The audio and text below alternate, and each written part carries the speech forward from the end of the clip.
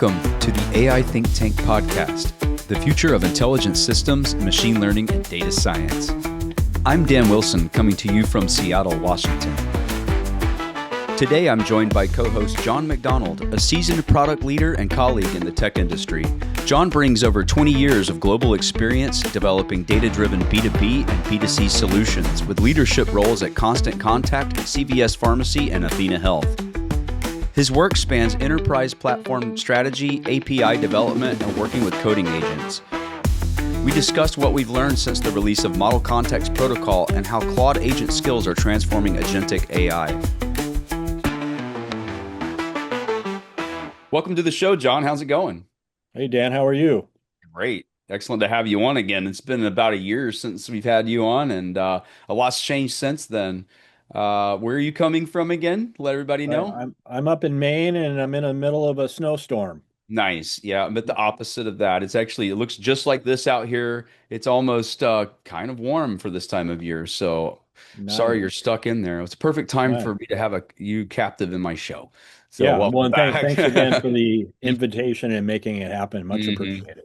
Right, Much appreciated. exactly. And last time you were on, we were covering MCP Model Context Protocol from Anthropic, which they developed not this last November, but 2024 November. And that was such a big deal that even 2 weeks later, Google adopted it, and many people started working with this way of it's sort of like the USB way of plugging into different tools and storage, and knowledge and things like that. So, but a Yeah. lot's changed, and we always have such great conversations about this, and things have truly matured as of just the turn of this year, and in seeing what they've done with Claude and at work, on top of just everything else. So, but let's get back to it. Anthropic really had a vision in mind when they started MCP in 2024 November. They thought, hey, this will be an approach that people can openly adopt and start implementing, and to connect agents to other systems and agents to agents in some cases. It's really uh, whatever you make it to be. Isn't that right? Yeah, that's right. And there's this open source mantra, right, which is protocols drive participation. Mm. Right. So once you have a protocol in place, you start to open up possibilities for participants to come in and participate in these solutions that are being developed. So I give a lot of credit to the Anthropic team because they looked at it from an industry perspective and they said what would really help our whole industry and not just us Mhm. is for us to incubate a protocol that anybody can use in any of these models to Mhm. connect to their context Yeah. and connect their data sources and do it in an open way. And it's just going to drive adoption and participation. Hmm. Right. And So, it's open and it works for all platforms. Like yeah, this is something that's truly marvelous because they've given this to people to use, and it's good enough to start using yeah, and adopting and securing, okay, and using responsibly, okay, because hey, security first, yeah, we have to be very careful with our data, and it's okay to use an MCP server in a private network in a lockdown way, and there's ways of managing that further as yeah. And well. it And was a great first step. mhm. And it was really embraced by the community. And it was fantastic as a first step. And then it became kind of so popular that people started to see more and more sophisticated use cases being Mhm. handled with it. Yeah. If Yeah. you have a Docker MCP or a Slack MCP, Hmm. there's really a lot of those tools that can be exposed to your models that way. Yeah. And it became so popular, but it also it had some downside, right? The way that it was loading up some of these tools and Hmm. services Really heavy for the wasn't context really. window. Yeah. It was a great first pass, but Yes, it it was. wasn't really super effective. And what people Mm. started to notice is you get into bloat right away. As soon, some of these MCP servers had over 50 different tool definitions, and then it Hmm. starts to gobble up your precious context. Yeah. So, surprise, and it's great because just last week I noticed that the Anthropic team just implemented a lazy load for MCP tools, Hmm. which is Right. Right. perfect, It's right? important. So, Hmm. it's like having, a whole recipe book, and you don't need to read every recipe Mm-mm. in on the on No. startup. You can read only the ones that you're really going to use. So Yeah. Hmm. that's going to be great because then the model itself will be able to figure out what tools do I need when and Hmm. be way more effective with managing that context window. Yeah, it's really exciting, and as we go along today talking about this, John's going to cover this, so you guys out there are going to really appreciate the evolution of managing all of this memory and performance along the Yeah. way. So it's Yeah. effective. You're not missing or losing anything. You're actually gaining something. More is less in this case. Yeah. So And it's if you incredible. you really think back, when we were doing the MIT class, Hmm. it's like, well, how do you get these solutions to integrate with the real world and use the tools that are out there and provide really sophisticated solutions? And then protocol started coming into the scene to make that a lot easier.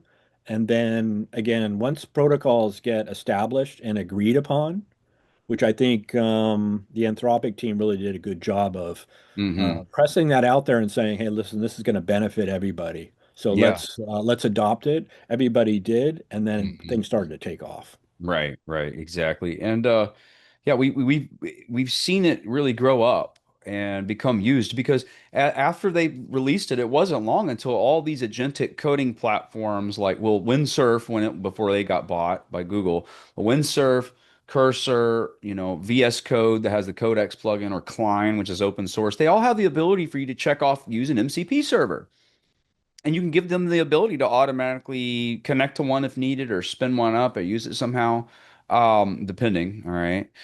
And it was so rapidly implemented, and as much as I like to try different things out, I really stayed on a different path with it, right? Which we'll cover here today. But it's really flexible to be able to come up to something and have that manifest and know how to engage it, sort of like an API in a way. Yeah. And I mean, one would say it really is, but there are some stipulations to that. So, Yeah. um, Oh, and there was some interesting developments in the market too, where people were saying, well, the primary scenario for usage for MCP servers is actual API calls for these mm, tools. And so they started exploring different ways that you could do that via code. So there's all kinds of things that people are starting to do with it to mhm, make it more effective and to utilize it mhm. for its strengths. Right, right. And I mean, that's the thing is like, you know, Anthropic thought, in regards to Claude and MCP, that people were really going to take this and bespoke everything and make custom agents, and particular type of helpers, and it would be a vast, array, an ecosystem of all these different agents. But really, the power isn't just the ability for it to handle and manage and code and compute on its own. Yeah. Yeah, I know you've got a really great presentation lined up for us on this one. Um, but yeah, it's been a fun time, definitely. Just watching everything develop, so quickly. But then what's working right now is really golden. Like it's Yep. just the bare minimal of what it Yep. takes to get this stuff working, and so you're not wasting it resources and power and water and perform, all this. It's just more effective. Yeah. And Hmm. if you take a step back and you look at things from a broader perspective, things have been moving really fast. I mean, you and I were we were talking about this only a year ago, Hmm. and it seems like so much has happened in such a short period of time. But in reality, as they say, we're in the early innings. Hmm. Yeah. So a lot has happened, Hmm. and there's been a lot of learning. But a year ago, we were still trying to figure out what agents are all about, Right. And what look, what they everybody, are. yeah, everybody rolled their own tools and everybody Exactly. was pretty much writing the same code and burning energy for it when they could have reused the right stuff along the way. And that's what we'll cover too later. Um, Yeah, and now uh, the ecosystem is starting to mature. mhm, People are starting to see how it can be used, what the strengths are. And what really dawned on me was a little bit more about this new paradigm shift. I was lucky enough to be able to go down to New York and participate in an AI engineer conference back in December. So there was a big presence from the Anthropic team, and I was still uncertain about how all these things fit together, projects and MCP, and now skills, and how does that all hang together, and how, some people are starting to pull away from that and using all code mode for this. They did a really good job of saying, you know what, we had visions about how these things were going to be developed over time. Now it's kind of changing, and the learning that they had was when they started to build Claude Code, and they realized how effective that was as a coding agent. Then they saw internally within Anthropic that non-developers were using it for their use cases as well. Hmm. So people were using it to satisfy, marketing use cases, finance use cases, and it can be much more of a general purpose agent than they Yeah. expected. Right. You're giving it a set of instructions, and to everybody out there, I mean, you can download a plugin for VS Code, which is free on Windows and Mac. Uh, and there's one for Codex through OpenAI, and there's one that's Klein. That's a really cool open source one. I suggest you check it out. It's CLINE Sure. agent. I know it But well. they all have this ability to browse the web. They have the ability for you to upload an image, so it's multimodal and can understand an interface, screenshot, or what have you, something you sketched out, perhaps, or whatever. And its ability to follow a list of operations and just, to figure out what might be the best to plan that, to decompose, into subtasks, and Yeah. then approach that, and then come back to you. It's using the ability to code to do that. It's not just this specialty prompt that's saying you are an intelligent expert in marketing, and that's great, but it's weak. It's just you're relying on prompting. You're not relying on this procedural list instruction, the framework itself that guides these LLMs, Yeah. not just letting it go willy-nilly. It's really a structured situation that's going on. Yeah. It's being managed the whole time, Yeah. unlike normal chats, which are mildly agentic. They have tool assists, so you can download a file they create for you, but that's ephemeral and won't be. It's not permanent. Yeah. Just save that, but No. there it is for you. And if you kind of reverse engineer it, you can look back a couple of months and see that Anthropic started introducing things like skills for managing Office files. Oh So you yes. go into Claude and you can say, well, create a PowerPoint presentation for this or a doc file for that. And under the hood, you can easily see that what they were doing was creating code-based solutions to handle that modification. So the model was using code underneath the hood to deliver artifacts as part of a solution. Right. And they've really just taken that forward. And I mean, my sense of it is they said, well, these skills can be generalized, right? And they Hmm. can be componentized. So if you have these, let's say, skills that handle Office documents, and you build some skills that are specific to your domain or your company, they can leverage those skills and be combined together to provide solutions for just about any use case you can imagine in the enterprise space, right? There's Right. always going Right. to be the cases for these agents like you and I were describing out in Seattle about specifically going after certain verticals. That's always going to be there. But I think what they realized is there's a large percentage of common use cases that can be solved by a model that can generate some code to provide the Hmm. solution. And if you give it a virtual machine to work away with, Yep. and then handle your procedures, which are English language Hmm. procedural instructions, you can accomplish quite a bit.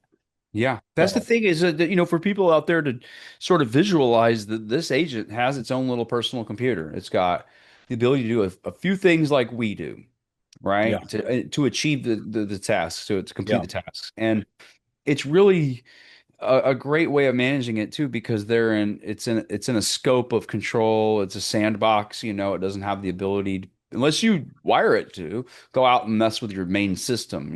It's if something gets compromised, it's only right there and it's temporary. yeah, It's virtual really. So, um, And But if you're going after the enterprise market, a lot of that is internally managed resources, right? So they can be governed and hmm controlled. So I think that's really an attractive market is the enterprise market for going after these solutions that can be designed via skills, which anybody can contribute to. And the hmm code that's needed can be auto-generated to some, maybe 100%, or maybe hmm 50%. A lot of it can be auto-generated by these models that are getting so good. mm. And then fine-tuned, and you can start to go after a pretty broad set of enterprise level use cases. So Oh, it's super absolutely. interesting. Yeah, it's wild. Even with the tool calling that OpenAI has with Yeah, their letting you connect to Photoshop. yeah, Okay, that's wild. And I've yeah. been thinking about that for years anyway. And have, we have some of our our fellow cohorts and us all kind of Yeah. work together on some things. But do you have anything visual that you could bring up maybe to I show do. everybody? I'll do. Let me just. I pulled together some slides from that the conference, so Mhm. I'll just walk through that. Yeah. Before I do that, one quote I think you'd appreciate is I saw this online a couple days ago, and it was talking about for code, like that's really taken off in 2025. So the total addressable market for code generation has really mushroomed. hmm And with something like Claude Code or Codex, you could say that this is now the YouTube experience for code, which means that, back before YouTube, it was super hard to Liberates. create a video, That's right? right. Where do yeah, to And to be able to publish or share do it. video-based content was actually hmm not trivial. You're right. And you could argue that it's the same for creating code now. Oh yeah. It's It's another type way of authoring. Yeah. easier to do. Now, hmm is it enterprise level? No. But mm take a look at the YouTube videos that are out there. Are a lot of them like studio level video? No, No. no, no. But But it's the actually, yeah, that's right. That's right. there's That's a decent really good video really good that point. I gets love that. it gets the job done, and it's easy to create. It's not super polished, and you don't need a studio to deliver it, but you can create solutions that work. That's So right. let me go ahead and start up my presentation here, then I'll share my screen. All right. And again, this about 10 or 15 slides.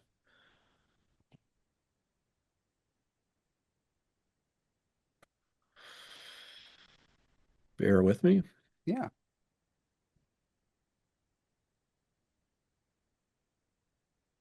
Okay, let me know when you see it. All right. Go ahead and bring that up to full screen. Yep. All Even right, let me know when you're ready.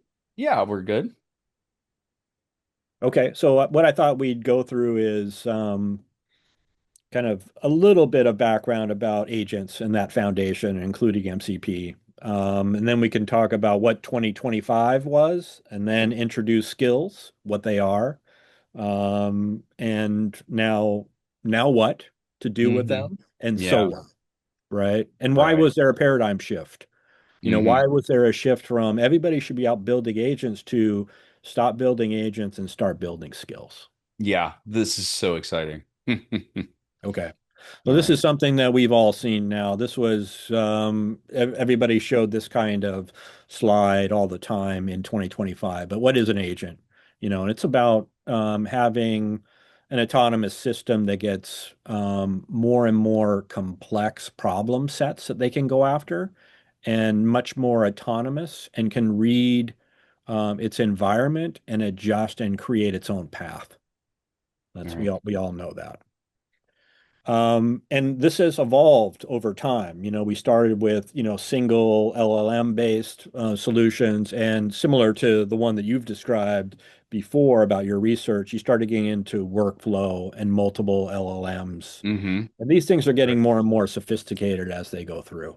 hmm Now, this came from Anthropic, and they were kind of explaining how they got to their idea about implementing something like skills, which is back in the day, everybody was creating their own vertical agents for different market segments. So the first one that you see here is the coding agent. And that one, had a runtime environment where it could execute the code. So you're either a developer working in an IDE or you're generating this code and you have a machine that you're executing that code on. And the others are either doing research on the web or, typical finance or marketing use cases. And there were scaffoldings and tools built for all these verticals. And then what they discovered, so this is what we were talking about earlier, a year ago, MCP was just being introduced, and they were really starting to understand what does it take to create an effective one of these. It's easy to model a prototype, but to get it out in the wild and make sure that it's effective is a more complex solution. So what they learned came at the second half of the year when they were working on Claude Code. So even though that was a targeted solution for developers, they actually found that there was lots of common use cases there. So, and then what happened was once they had Claude Code working and producing code in a fairly reliable way, they built an agent SDK on top of it. But from that, they learned a lot about what it takes to create a decent agent. So, and this is just a generic agent, Oh yeah. which is, it's all about gathering up the context that you need, Hmm. either through MCP or skills or other mechanism. You need to get the Yeah, context that's right. in. Yeah, the system Otherwise, would feed it. Yeah, yeah, exactly. any agent only knows what it's been trained on, right? Mm, And that's right. never going to change until you introduce new content into the context. Exactly. And then you take an action and then verify your work. So that was the main loop that they were working on with Claude Code. Rinse and repeat, rinse and repeat. Right. Yeah, that's it. I mean, it's just like the sentient loop of it being awake. Like, what's Yeah, your context? Well, someone's asking me to do something, or there's a cron job telling me to check this website for such and such data, it yeah, could be something financial perhaps. And either way, it's being directed by a framework. that's true. And the key learning they discovered when building Claude Code was if you have this tighter coupling with a runtime environment or a virtual machine to actually execute the code, you can solve many of these use cases. Oh yeah. So the ones about research and marketing and finance, and they Hmm. were they were discovering that different departments within Anthropic were using Claude Code to solve a Yeah. wide range of use Yeah, and cases. it's not generating, it's returning results. Like the generation part is like figuring out the sentiment of your request and then using instructions and its knowledge and that skill, which we'll get into, to formulate an output like a JSON interchange, right? What have you. And then return real values based on calculated math from a script, Yeah, not inference and guessing, you yeah. know. And so this is the big so what? So Mhm. why introduce these skills and what's important to know about them? So there's a few things. Why this is important is these these skills are really just folders and files. And that's right. It's file system based, like you're Yes. saying, We right all there. so we all know what we all know what files and folders Yeah, are. it's There's easy. Yeah. nothing, it's a because the file system can be used in a runtime environment, then the model can navigate a set of files and folders to learn what it needs to learn to accomplish the task that you're giving it. Yeah. Also, to everybody out there, the MD that you see on the end of those file names is Markdown, and it's just a text file that it's human readable, but the software can use it effectively for other reasons. And it has its own color highlighting and stuff. If you open it in an intelligent viewer, it'll show you different types of sort of highlights and bolds or whatever. But it all comes down to something that you can administer easily. You look at that. We'll take a deep dive into what on Claude's site here a little bit later. But right now you see the skill MD describes it, and then you have some docs there. And then you have what the slide deck that this is the one the way they're calling this out is more like they're really showing what this is itself. Yeah. but they have the scripts that come with it, like apply template.py. That's a little pre-generated script that was part of that skill. There Yeah. might be a few there, like, and we'll get into it, but they're like if you were doing a PDF was the skill, like PDF writer or reader or whatever. Some of those Python files would be extract fields, write, sign, different things like that that allow it to be procedurally managed and operated on as it should Yeah. be, Yeah. quite accurately without any guessing and stuff. So This lovely. is I think this is another quote that you'll appreciate, which is, I thought it was interesting. I saw a post from Tim O'Reilly. Yeah, he's been around for a long time, and he's been an open source advocate forever. And he Oh yeah. said one of the, and I'll talk about his quotes a little bit later on, but what he said was, the things that really take off are the things that have readability, right? And composability. And he said skills can really be the moment that we had view source in web development, right? So anybody could right click on a web page and view its source to understand how it was created. So he said, because these are just English language files, this is like a view source for, let's say, coding agents. So you can go in to these files and understand how they've been developed. And then, that's really where the innovation is going to take off, because other developers are not going to go to the model or go to weights and biases to figure out how to provide solutions, but they Oh. are going to go to these kinds of things as this ecosystem matures. It's like, well, how Mhm. did they do this skill about applying templates? And how did they do a skill for X, or how did they do a skill for Y? And it's going to democratize Oh yeah. how these things function. So this is like an open source moment, and I don't think that's exaggerating. I mean, it's No, not really, at all. Not at all. these It's things are just simple files and folders, right? right. I mean, So we said this about MCP last year about how it was a democratizing effort, just like certain standards on the internet, and how we're having that heyday all over again. And look how far it's come in a year. It's yeah, even further down that line. Now it's sort of like cascading style sheets for HTML. You've got this easier way of managing things. It's just it's lovely. And it's yeah, no, approachable by a it, lot of people. A beginner approachable software yeah. development right here, everybody. You can do No, this. it's pretty impressive. I created just a sample one.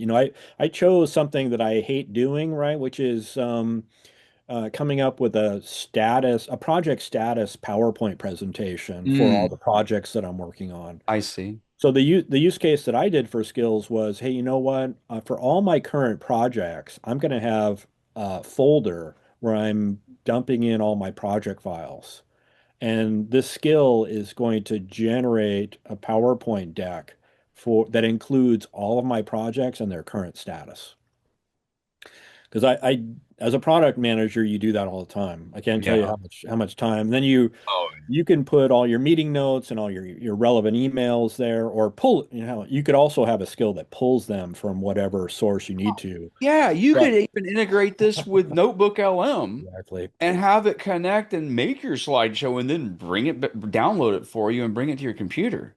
You could It's what really integrate this into so many things. Like And it's so neat. it did a really nice job, so the skill maker said, "Well, what are you trying to do?" And it walked me through a handful of steps about generating these Python files that were going to uh, take all of the analysis of the projects and generate the PowerPoint presentation file on my local machine for me. So super, super easy to do this. But you can see it's exactly what they described here, which is it's an organized, predetermined collection of files and folders that represents composable, let's say, standard operating procedures for a company, or procedural knowledge about how to do something for the agent as well. So the agent in Hmm. this case is Claude Code. So Claude Code is going to look at this and say, okay, I know the rules of the game for this particular skill based on these files, and I'm going to produce a result accordingly to the context that I picked up by simply reading this file or this Hmm. folder. And it's Yeah. using under the cover when when you see it, it's pretty amazing. It's just using bash view Mm. commands. So it's Right. using the bash shell Uh-huh. as to navigate through this virtual machine. It's Right. picking up all of these files and bringing into context so it can deliver a solution to Yeah. a fairly complex problem. While it's on my head here, I gotta say something in that, like, look, you could fine tune an open model to have skills, but when you need to update those skills and change them in any way, shape, or form, then you gotta go back and retrain, like fine tune the model to have that tooling. This eliminates that, It where they does. learn dynamically only when they need to through progressive disclosure when and just in time to execute. Yeah. You And it does. That knowledge about the procedural knowledge really doesn't belong in the model per know? se, unless Mm-mm. you want to fine tune a model specific to your No, procedures. But those are changing all the time. that's right. So skills allows you to kind of pull those out into its own resource, Mm-hmm. or it basically allows you to use the file system to manage your context. Yeah, that's And really then, key. It really is, no matter what. I mean, this is so much more extensive or yeah, extensible, excuse me, extensible and extensive than being locked into a walled garden. yeah, And by exactly. using this, you're not being locked into Anthropic's ecosystem at all. No, You're participating. Well, there's only one caveat, and that is you can't use Anthropic or Claude in the actual skills file itself. You can't use those names because they're already predetermined. That's it, though. It just has their name on it. That's all. yeah, But you can use any systems you want. I have my own at home local agent system that I built from scratch with a cloud swarm on it, and I have turned everything into a skill yeah, where every one of those swarms is an actual skill that it can be called like a tool, yeah. and it just becomes the most modular thing. Like you just, there's so many ways to do something and have it done right and in a lightweight format where you're Yeah. not bogging down and losing context, capacity. It's again, it's just in time, just only as it's needed. It's a need to know basis. Don't overwhelm the AI with all these things that you did in the day when all you want to know is something what you should do about a stock price, Yeah. or whatever you invest in. So it's just common. It's really just good sense Well, and planning. you and I have been around enough. It's like, okay, this is just a zip file full of Yeah. folders and files. So what does that mean? That means you can do a lot with it as far as sh sharing, Oh yeah, yeah, yeah. versioning. Access control, read Yeah. only, Yeah. just escalated privileges, just Yeah. any number of actual real world approachable basic computer administration Yeah. it's And there it is. And I mean you can copy it and back it up. You could save the state of something, you could image the current, look, it's just a playground for good development. I'll say that. exactly. So, Well, it's yeah. this is nothing new. These are like microservices and they can Hmm. be shared. But something that's interesting, and we'll get to it at the end, is like, well, so what? How does this affect us? Right. Um, I think like in your case, when you and I were chatting in Seattle, it was about, hey, I'm thinking about this type of solution. I think it's important to know that you can also think about these solutions as stackable components. So Yes. you can start to add value in your case, if it's research or whatever, saying, I know that this piece of this solution is really valuable. And Hmm. I can componentize it and then act accordingly with however you want to. But you should be thinking about things which are not monolithic solutions, but Right. a stackable set of Yeah. procedural components that Hmm. deliver the solution for you. And they're working together with a model or um, a group of models for It's this. it's easy like Legos, folks. Yeah, It's getting easy like Legos. exactly. You just stack it on, clip it together. That USB plug and play kind of Yeah, compatibility in this is.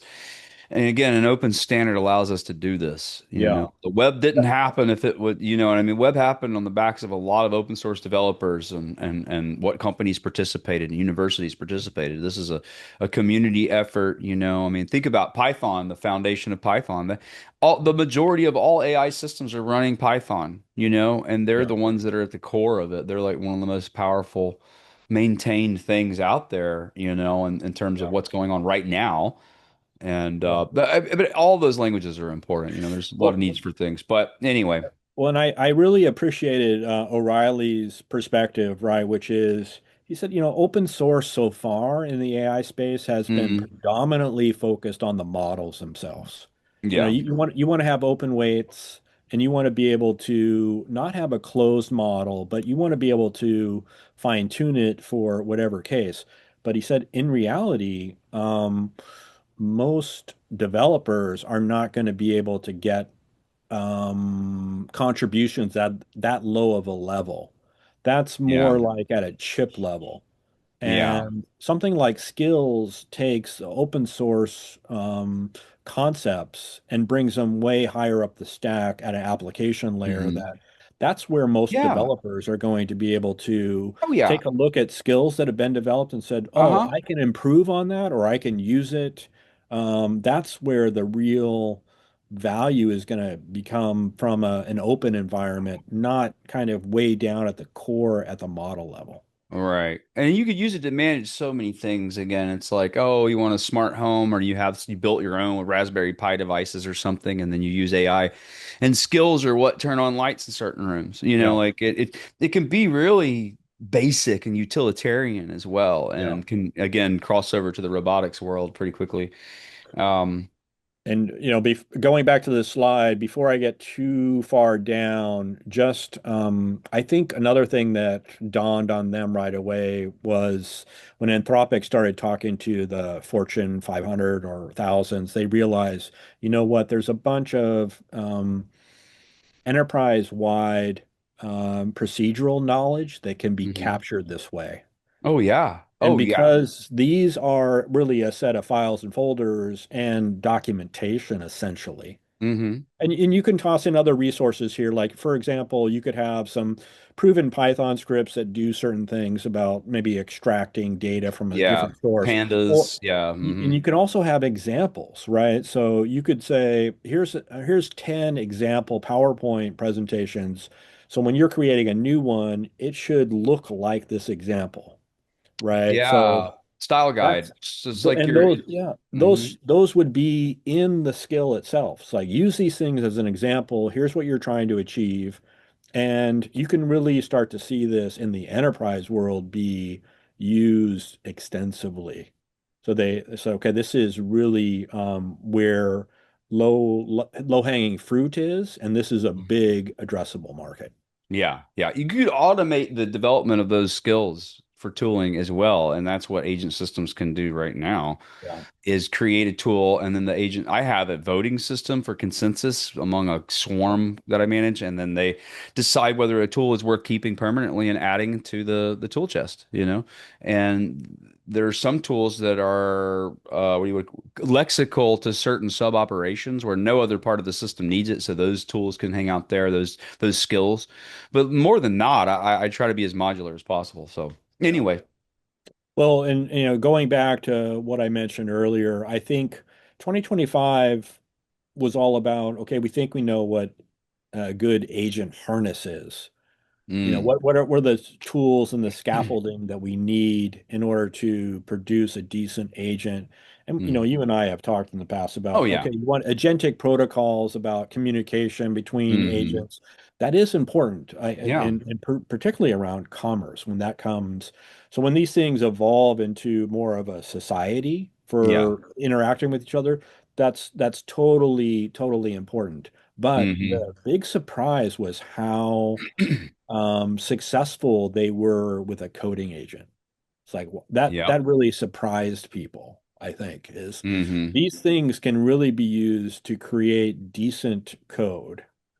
And if you're doing that, you can get more and more complex solutions from using a coding agent like Claude Code as a general agent.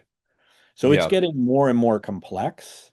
And Yeah. then it can actually, if you're using skills, which are progressive disclosure and they lazy load when they need Hmm. them, you can really have a complement of MCP servers that are providing your access to data.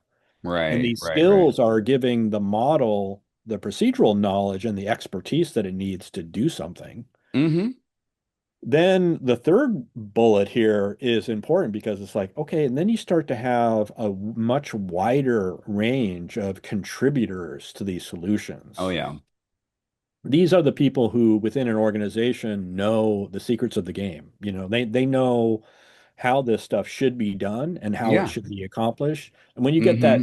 you get that broad of a team working towards a solution, it can be really powerful. Mm-hmm. And And your this, SMEs. Yeah, you have the yeah, SME and to de-silo that information. totally resonated with me, I've been a technical product manager now for a while, and it's like most of the time is spent working with SMEs to get an Mm-hmm. understanding Yep. of, how exactly does this solution need to operate within this environment, right? So it really provides a good foundation to go after a big, huge market here, right? So Yeah. this is kind of how they envision it. These skills are living on a file system, and the agent itself has this machine that it's using to either generate or execute the code, Yeah. right? So, and then you have MCP servers that are providing tools and other resources when needed as well. So, Yeah. That's right. Like um, controlled access, for yeah. example, to a And database, and it's that's primarily, it's been used as an internal use case primarily. And that's mm-hmm. because, it's got a ways to go for security and there's other issues that still need to be ironed out about authentication and whatnot. But in the internal case, it's a it's a clear and easy path to access the data that this agent should have. Mm-hmm. So that's kind of how they see things coming together. And in the future, I mean, you and I have already started to kick around these ideas, right? Which is if these are just files and folders, then you can start to do things like version. Like once you get a skill out there, it's going Mm-hmm. to evolve over time.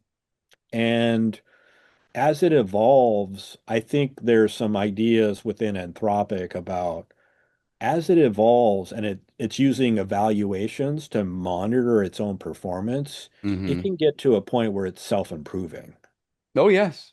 So that'd be super powerful. Like this first version comes Mm-hmm. out, if it keeps, let's say, running down an incorrect path, you Mm-hmm. could envision pretty easily how those skills can be improved, or at least recommendation for improvements for those skills, and they would evolve over time. And they Yeah. would be writing recommendations to how to improve their future self, Yeah, yeah, right? exactly. Yeah, they don't have to write build the wheel from scratch. They can use a library. They can use, a command, they in so many words. I mean, it's just even like a special command in Bash, like netcat in Yeah, C, yeah, that's a skill. yeah, And that skill has documentation, and it's a yeah, human skill for a human or an agent. But either yeah, way, we have agency to interact in this, and that's what yeah. makes agents agents. Is that level of it, It's the albeit limited. same, it finally it took me a while, but things Hmm. are starting to dawn on me. It was similar to MCP, right? Which was, hey, we keep writing the same data connectors over and over again. Yeah. So why are we doing that? Why don't we just create a protocol with a set of primitives for doing Hmm. this better? Yeah. And it's the same with skills. It's like, well, wait a second. We keep writing the same skills over and over again. And even the ones we do have that we're operating with, we keep going Mhm. down the same path. Now, evals are Yeah. huge. Yeah. But Well, let's yeah. have the skill itself say, the recommendation would be to do something differently, either the prompt differently, or Hmm. if it's code based or example based, it would be better if we went this way rather than that. Uh-huh. Well, imagine a skills arena. So you have an LLM arena, right, where all of them compete against each other. You can give one prompt to several of them at the same time, or Yeah, you can have them, compete on benchmarks. But here you got a skills arena that could yeah, be developed, and everybody's like, oh, so and so, or some company or some team makes the best skill for PDF extraction and loading and signing, and it actually is better. And then throw it up there, and it's got some real benchmarks and some real proof that's some of that sentiment driven. Yeah. It's not in pure math, but still, I think it's pretty plain as day that we could all agree on what a good PDF looks like and what a Yeah. crappy, what a library might do. For Python libraries, it takes a combination to get something done sometimes. But Yeah. anyway, moving on. So now the so what? Yeah. Now what do I do, or what do I think about? I think the things that are important are okay, given this kind of new paradigm, and you've got a general purpose agent that has the ability to generate code or read code. And like anything else, if you just get some hands-on experience creating some skills and executing Hmm. them, it's easy to see what's going on under the hood, right? It's this agent is firing off bash commands to view files and read in Hmm. code and then Yeah. gather context Yep. and then execute on the task that it's been given using the skill. And Yeah. you can start to see it. So I would recommend start to think about how to break up skills into real core small components. Hmm. And then, Right. Right. the solutions that you're thinking about or delivering today, just be aware that this is probably a paradigm shift that's going to stick in the Mhm. marketplace, similar Yeah. to MCP, Well, right? imagine you make a skill, let's say you make a skill for PDF reading and writing, okay? And then all of a sudden, you have to remember it comes with some of its own scripts, little py files, .py Python, for extracting tables, Yeah, taking images out. Maybe it sends it somewhere and has it described by an image model and returns those values, right? You have all these different things that you can upgrade along the way and really again have different Python files. Perhaps everybody's thinking about the actions, but no one's thinking about discovery. So maybe my PDF skill makes it to the top of the arena because it has a better analysis set of tools where it's like, well, let's really analyze the PDF before we start trying to extract everything. And all of a sudden it figures out what combination and in what order of those tools it needs inside of those skills. Use this, use that, call this library. And all of a sudden, maybe my skill is at the top of the arena because it's the most flexible. It can handle the most types of dirty documents. yeah, It can clean up. And so I think that's where the evolution lies, is in refinement. yeah. I love this. Yeah, this is And exciting. I sent you. There's some interesting companies out there that were even mentioned during the presentation. One's a company called Cadence, and Hmm. they provide research skills, right? Yeah, we So talked about this over coffee. That's yeah, right. Yeah, right. yeah. So that's the idea, right? And now just even this last week, I see that Anthropic is actually now offering things like co-work, right? Or Claude for healthcare. Oh, yeah, that's right. So Yeah, they're that's a big they're jump. going after verticals using a set of skills that have been developed and tested over Hmm. time. And Right. it's a way to add procedural knowledge for these certain use cases. So co-work is super interesting because if you look at it, the use cases that they offer in the UI are things like creating a new file or organizing or preparing for a meeting, all the Hmm. things that a typical knowledge worker spends a lot of time doing. Yeah. It's similar to, what I described for my use case was I need to pull a project status PowerPoint together because I'm trying to update stakeholders on the status of the projects that I'm responsible for. Yeah. So all of that stuff is starting to come out in product offerings that they're leveraging these skills that have been defined by the community. But just to wrap up, I thought Tim's post here was really good. He said, "What is it about open source that we can learn from something like skills?" And he describes it as the architecture of participation. How can you get more participants in this? And then he highlights the real action is at the interface layer Yeah. or the protocol layer. So we talked about this through this whole presentation, right? But it's about creating a stable and comprehensible interface, right? And Hmm. that's where the developers will actually participate. Yeah. And because they'll be able to see these skills and also either use them in their own solutions or create new and better. Yeah. Yeah. Yeah. There you go.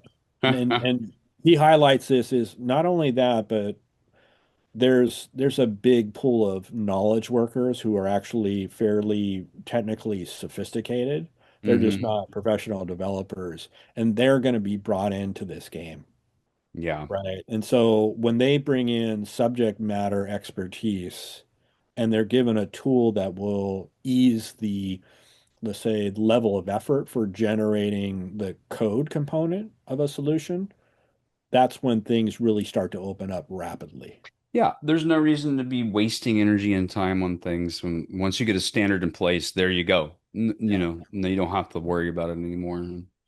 Then this is just a visual of kind of that same idea, right? Which is if you want to think about things from a systemic point of view, the models themselves can be considered processors, right? They're Yeah. actually they're like chips, In a right? way. They're Yeah. executing right the assembly code, Hmm. and the agents themselves are becoming kind of like the OS Yeah. The to be management able system, to the interface platform. more directly with the models themselves. Hmm. And then the skills become kind of a core component of the application layer. Right. Exactly. It's just like t training someone at a factory how to do what you do and passing that on with the right documentation. Nice. Yeah.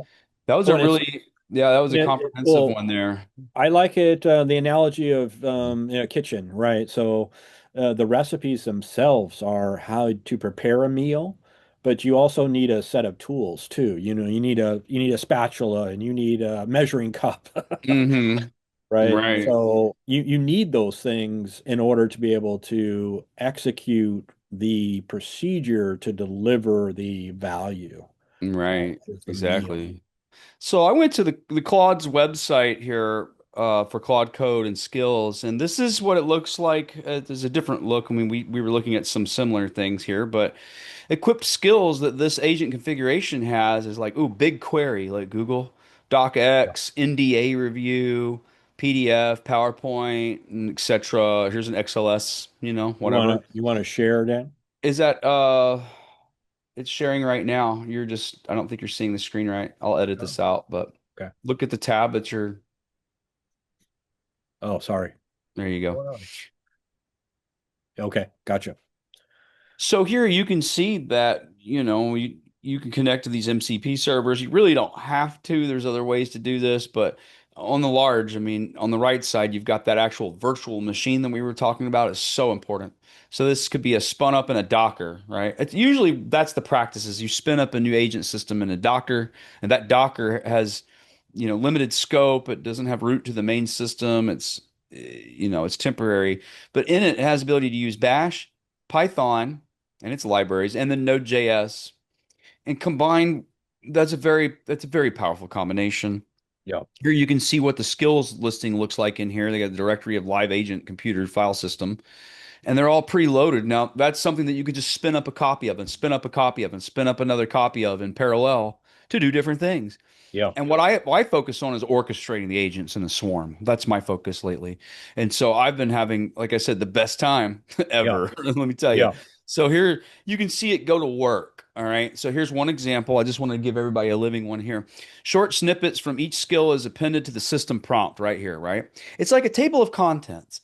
And when it needs one of those skills, it then, through progressive disclosure, all is revealed. Here's the actual how to, here's the documentation, here's some Python files it comes with, maybe some bash scripts it comes with, you know.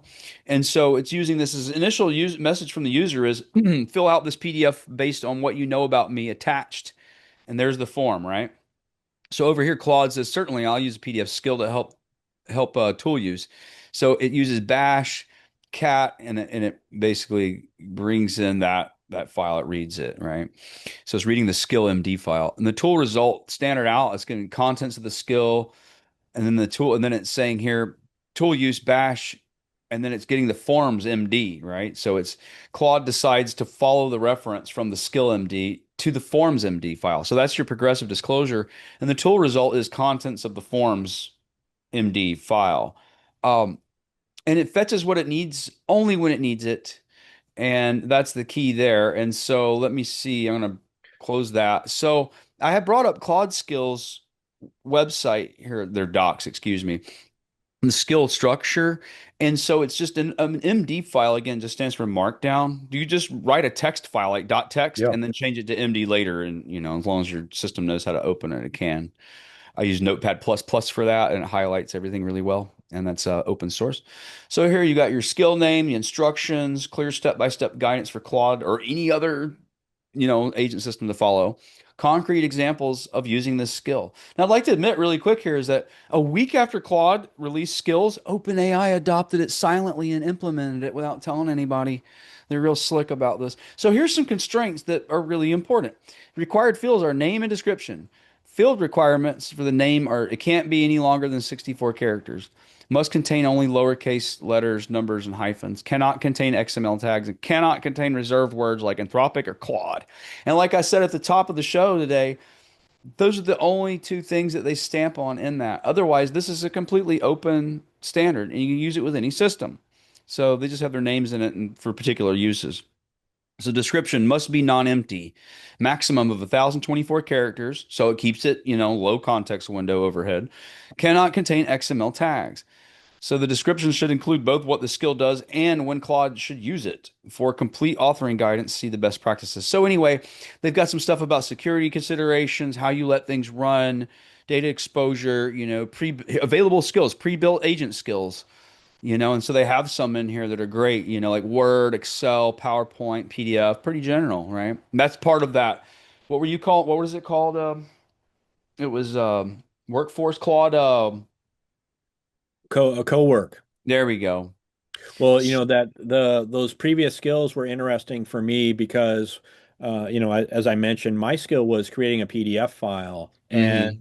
those skills that they embed there, they created those a while ago, and then just Hmm. started offering them. But I think that my guess would be that contributed to their idea about, hey, you know what, we could let people create their own custom skills Hmm. like these. And it Right. was interesting for me because those I was using the command line interface on my local machine.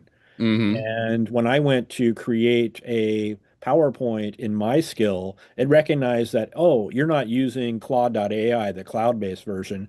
Do you want me to create the libraries that you need in order to execute Python code so we can do it locally? Right. I was like, Right. oh, that was Hmm. great.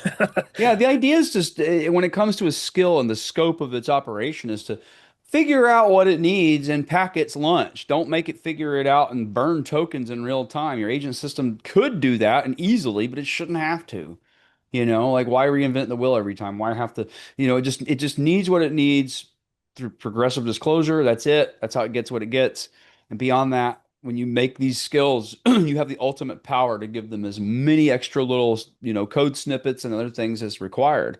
Yep. Examples, actually other scripts, that can run and generate and process. That's core because this is what you would have a person do. Yeah.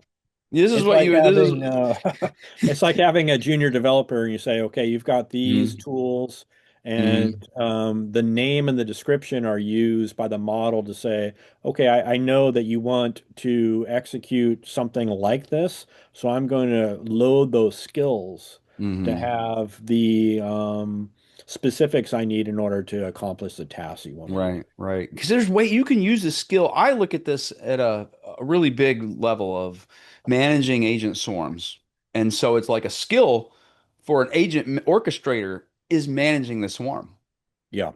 You see what I'm Well, saying? You yeah. really do have there's a modular way of approaching all of this that's just it's really clean. I Well, and would say your the the what you showed earlier about that virtual machine, it's least. interesting because if you spin up a virtual machine in order to execute this code on behalf of this agent, you can start to see, okay, well, they just acquired a company like Bun not too long ago. So it's like, Hmm. okay, now I can see they're going to be spinning up virtual runtime environments for more and more of these cases that are going to be executing or generating Hmm. code, right? So Yeah. that's just easier and easier these days, right? Right. Uh-huh. And imagine being I don't want to say an AI architect, but you're at a company and you're in charge of this. You're data scientists, right? Wrangling all of this. You could just take and make skills based on connections to siloed data that's very protected, that's very sovereign. And those skills are private to the company. You could take a company that's very mature, it's been around for many years, has a lot of data to work with, a lot of good systems, possible good integrations, let's hope, and then build skills based on that ecosystem that's bespoke to that company, and that's part of that training manual. That's part of that package for that new Yeah. actual physical person employee, as a steward of agents. Yeah. Agent stewardship is a big deal, is Yeah. becoming a big deal, and you'll learn when you're.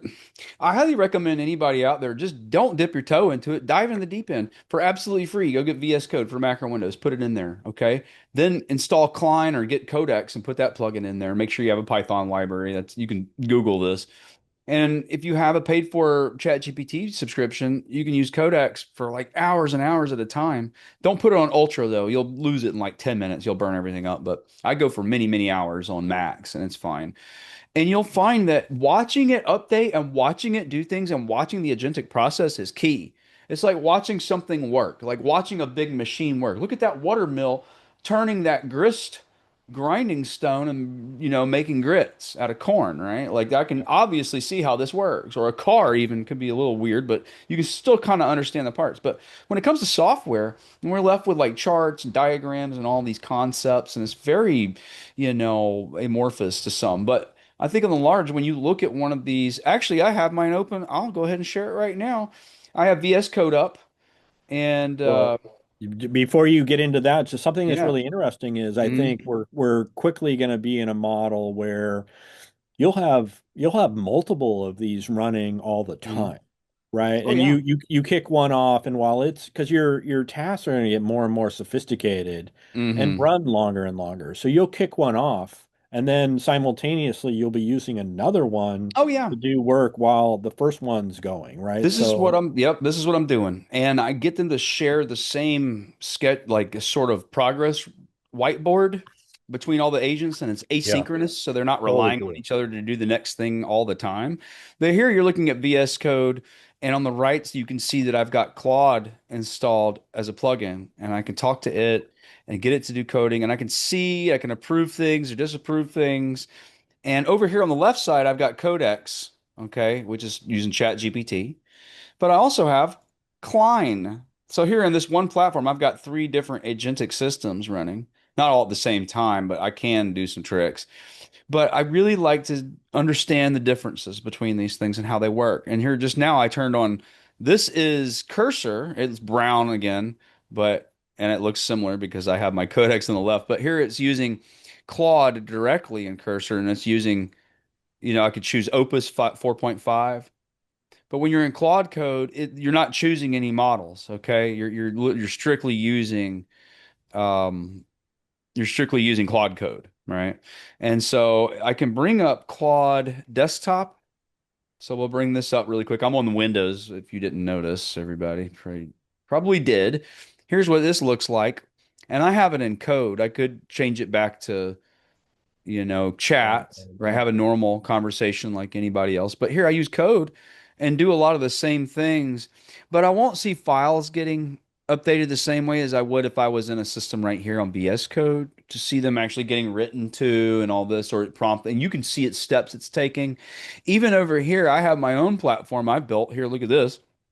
And this is running locally, and it uses a Cloud Swarm maker system for maximal agentic decomposition, K-threshold error mitigation, and red flagging. It's for solving over 1 million steps without errors. Um, Big cloud swarms for multi-compositional amalgamations of corpus knowledge between very large cloud models if I want. And it's amazingly different than using them and then voting on one of them. They get to bring it all together. So I get to experiment with a lot of these systems, and really see what works. And mine is that it has a built-in codex system on it and shows you its steps. I can come over here with a go to the tab for coming up with an execution plan. You can see it. It did all these things and mapped it out on its own. But on the large, I mean, we're looking at the ability to flexibly operate with the open source. Everything I'm using here is open source. I built it from scratch. Um, but it's a really exciting time to get involved. And so that's why I say go ahead and get VS Code, experiment with it, see what you can do as just a normal business user. Hey, can you do this with these files? Can you clean up this Excel spreadsheet for me? Can you merge this? How would be the best way to do this, you know? And there's a planning mode with a lot of these where you come over here and you're saying, oh, I want to do um, full access. I could turn it into a chat mode and just talk about it, you know. Cursor lets you just go into a plan mode on things, so where you're not actually like agent mode, plan mode, debug mode. They're really, really good. I love Cursor, by the way. However, I'll leave us with this. In all of this, there are groups and associations out there that help people pull it together for those in business who want to build the future of the agentic internet and everything else here. So they're called agntcy.org, agency.org. And you got Dell Technologies, Google Cloud, Oracle, Red Hat, Cisco have all come together with a lot of other people, including myself, and in creating the new, Internet of Agents and how these agents will work together. So we'll be commonly in a Discord channel talking about, working with A2A, or other types of agent to agent type activities and different. It's all about seeing what works and building with the best in mind. Like, just what can we really do to make things easier. And as you've seen this year and last year, OpenAI coming out with, I want to say ads. If you don't pay for the higher tiers, you end up getting ads and stuff. But the shopping experience, and even Gemini's bringing this in, and just let my agent talk to some restaurant's agent. I want to book hey, dear agent, I want you to go book me a meal, a dinner at 7 at such and such restaurant. Thanks. And then it goes and then it gives you a text booked, reserved for 7 p.m., right? Party of two, whatever. And that agent doesn't talk to anybody. It talks to the restaurant's agent. There's people that already do this.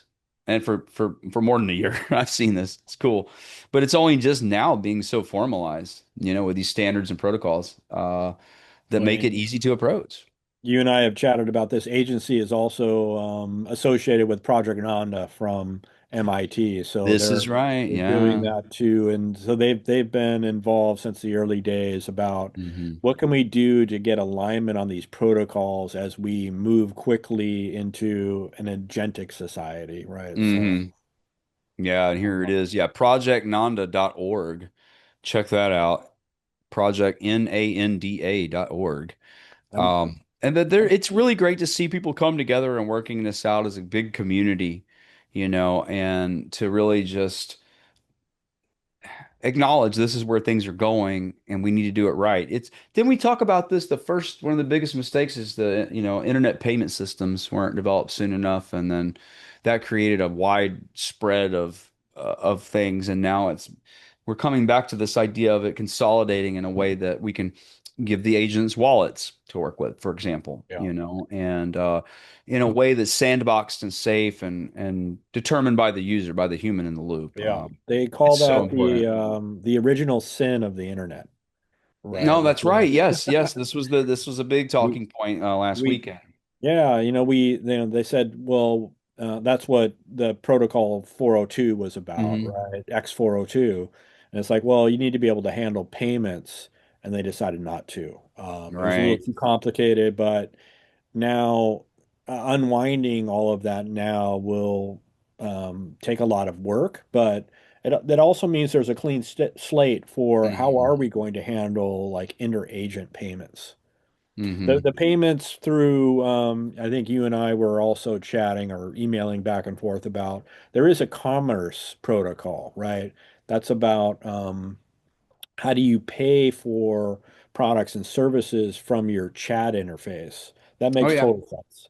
But another thing that's super interesting is how do you handle inter-agent payments that are, for either intelligence or transactions on behalf of a, Hmm. right? How do you manage all of that? And that's super interesting. You're right. It's just giving it a spend. I think it's Yep. a lot like just giving it when you pre-purchase API tokens and you give it a Yep. spend, but in this case, it's actual fiat or what do you Yep. call it? A stable token or something, Yep. stable coin.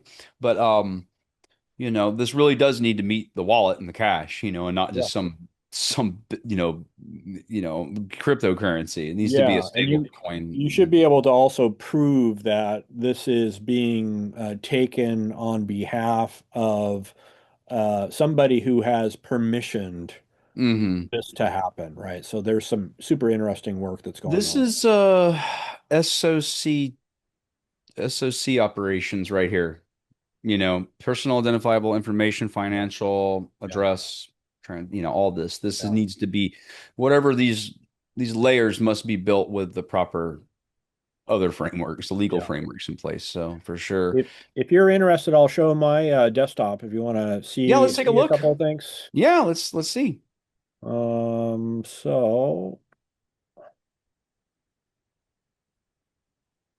So I also have cursor. Mm-hmm. So here's, the execution of my skills. So Okay. I'm running Claude Code in the terminal here, and I've created that skill that's for creating a project file for my current projects. So it's super interesting to see how it just goes through and runs a bash command in Uh-huh. the skills directory, and then it looks for all of my active projects and Mm-hmm. then pulls them up, and then, it's just providing status like, let me see all the project files and the existing presentation script. It Mm-hmm. goes down there and reads them all, and then it starts to write my status report from that Python file that it created for me. So then it said, let me run the script to generate the project file. And so it's really cool to see, then it saves that new PowerPoint file to the directory that I was in. So it's really kind of cool. So And scroll back then, up. Scroll up a little bit there. yeah, Okay, I see. It's just the way you're able to see that MD in the top and stuff. yeah, So exactly. Well, and I'll show you that MD. So I created this, within an hour, and they've uh got a skill for creating new skills. So yes, you have to have the meta skill. yeah, Yeah. but it made it super easy because, I said, hey, I want to create a professional project Hmm. status PowerPoint by analyzing all the files in this directory. Right. So it gave me a sample workflow, and then it, views and creates the outline, and it creates, a 3 slide presentation file for it. So it was super easy to, create this thing from scratch. And Hmm. then I also have desktop on my machine as well. I have a Mac. Yeah. And I just got co-work here as well. So I have the chat and code, and co-work is interesting here because it comes with these predefined set of things like creating a prototype, which is interesting, or prepping for a meeting, or creating a new file, or organizing Hmm. files. So all of these things kind of come out of the box for generating this. Like, what kind of message am I creating? Tell So tell it us makes about it super cowork. Tell easy. the audience about cowork. Now, did you have to pay extra money to add cowork into your I did current? not. How No, did you but you just update the app itself to get that in yeah. there? And Okay. there was a waiting list, and I joined the waiting list, assuming that I'm Ah, never going to get it. right, But I right. did. 2 days Yeah. later, I got the notice. So Uh-huh. that was good. You do need a paid plan to use skills, Yeah, and I that's think that's primarily because you have a virtual environment that it's using hmm. as well. Well, So it's using their platform, it's using yeah, their hardware, wherever yeah, that is in the cloud. That's why. yeah. So otherwise you So can use stuff locally, but this thing is working with their yeah, compute, not any exactly. yeah, like pure not just the AI inference Yeah, compute, but also the processing and the bash scripting and all that stuff compute. So yeah. But it that's it was amazing. Yeah. it was super easy to create the Hmm. skills. I mean, Yeah. they're all text-based, and then when it realized that I was running local Hmm. rather than if I ran this in the cloud, it would actually use the PowerPoint skill that you showed in the slide from the Hmm. website earlier. it would have just used that skill that comes with Claude. But because I Right. was running locally, it said, Mhm. I'm going to install the libraries that you need in order to create PowerPoint files locally. And y'all imagine this too is a skill, a GPT that we make on Chat GPT or a gem Yeah. on Yeah. Google, whatever. You can turn that GPT into a skill. Yeah. Oh, an article writer for a particular thing, or I'm the guest on a show, and Yeah. I have one that's just made for that, right? Yeah. Now I can turn it into a skill and run that locally, and not have to depend on a foundational model provider's infrastructure at all. Yeah. Actually, again, this is so it's powerful, it's empowering, it's exciting. What we're gonna do in the next 6 months, 6 weeks, 6 days. You know what I mean? Like Yeah. it's about to get out of hand. And I know that a lot of my fellow developers and I have been really just going at it. And you just can't. There are not enough tokens, enough time in the day. It's so much No. fun to work on because it works. It's like being building cars and then they run like wow, like it's incredible. Yeah. And similarly, things are just working a lot easier than they used to.